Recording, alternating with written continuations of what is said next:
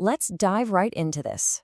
Today, we're unpacking a deeply chilling, grim-dark Gothic fable from a source text called The Architect of Absolute Ruin. In this explainer, we're going to explore the terrifying monologue of a figure known as Sinos, the Pale Architect. Imagine a voice reaching out directly to you from a completely dead kingdom, a place where the void has finally, permanently won. This isn't just dark fantasy, though.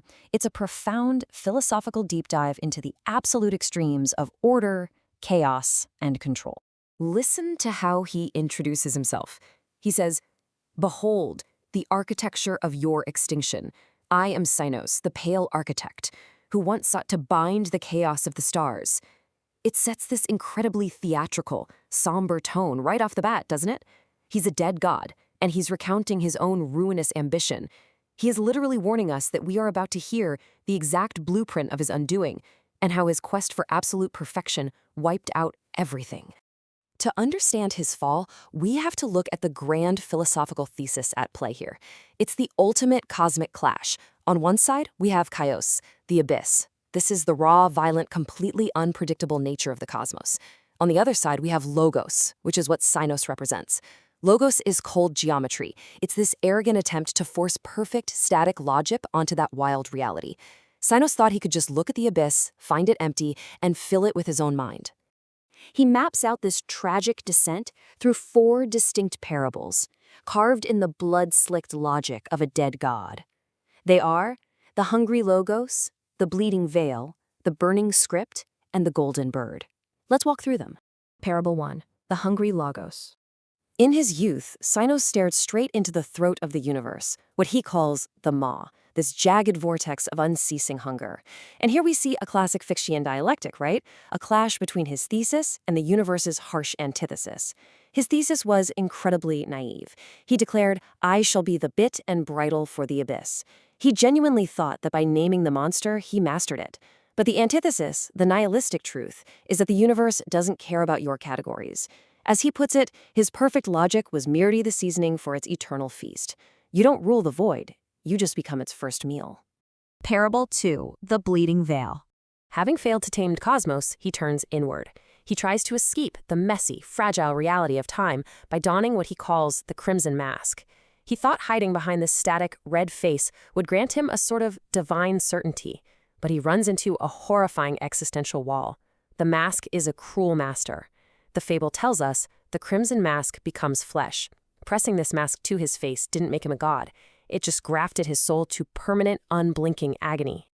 Again, look at the dialectic. His thesis was escaping time through absolute certainty. But the antithesis? Seeking a completely fixed identity in a world of constant flux turns you into a statue.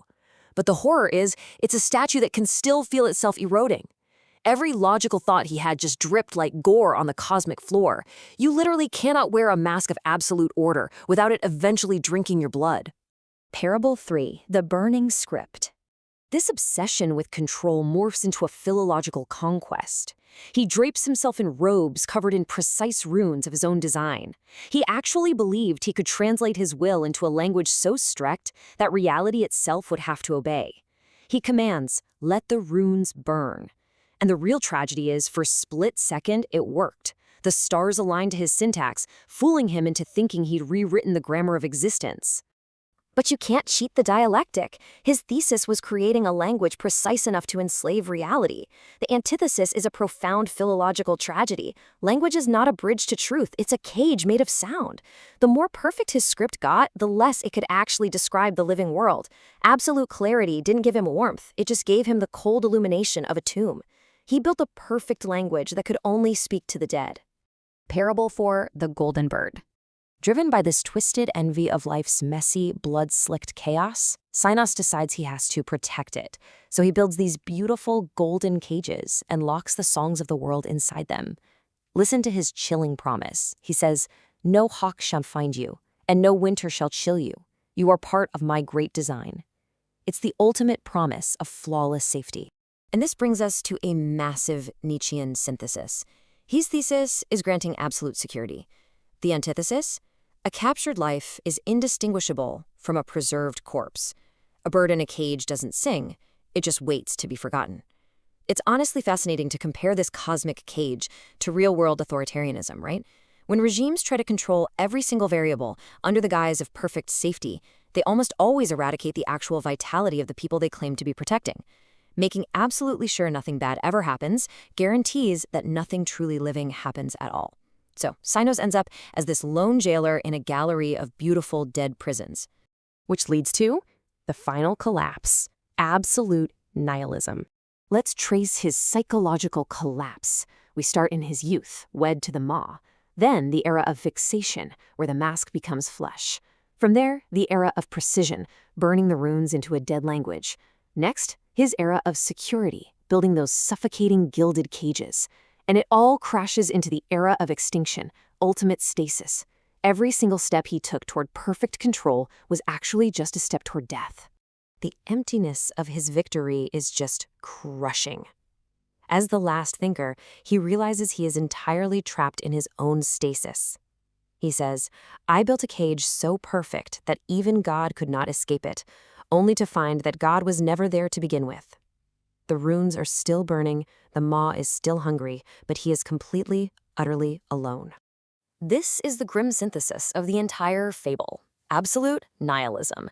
It's the state you hit when the desperate pursuit of absolute logic and perfect security completely wipes out the chaos of life. Through his grand Fichtean dialectic, Sino Larolles proves the ultimate, terrifying point: perfect order and pure death are the exact same thing.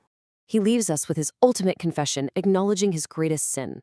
The universe is not a puzzle to be solved, it is a tragedy to be lived. He tried to solve the universe with geometry, and by doing that, he replaced the necessary, beautiful tragedy of existence with a deafening, geometric silence. Life needs risk, it needs flux, it needs chaos. So I want to leave you with a provocative thought to wrap up today's explainer.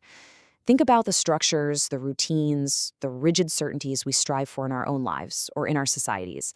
Have we, in our own desperate quest for perfect safety and certainty, built a geometric silence of our own?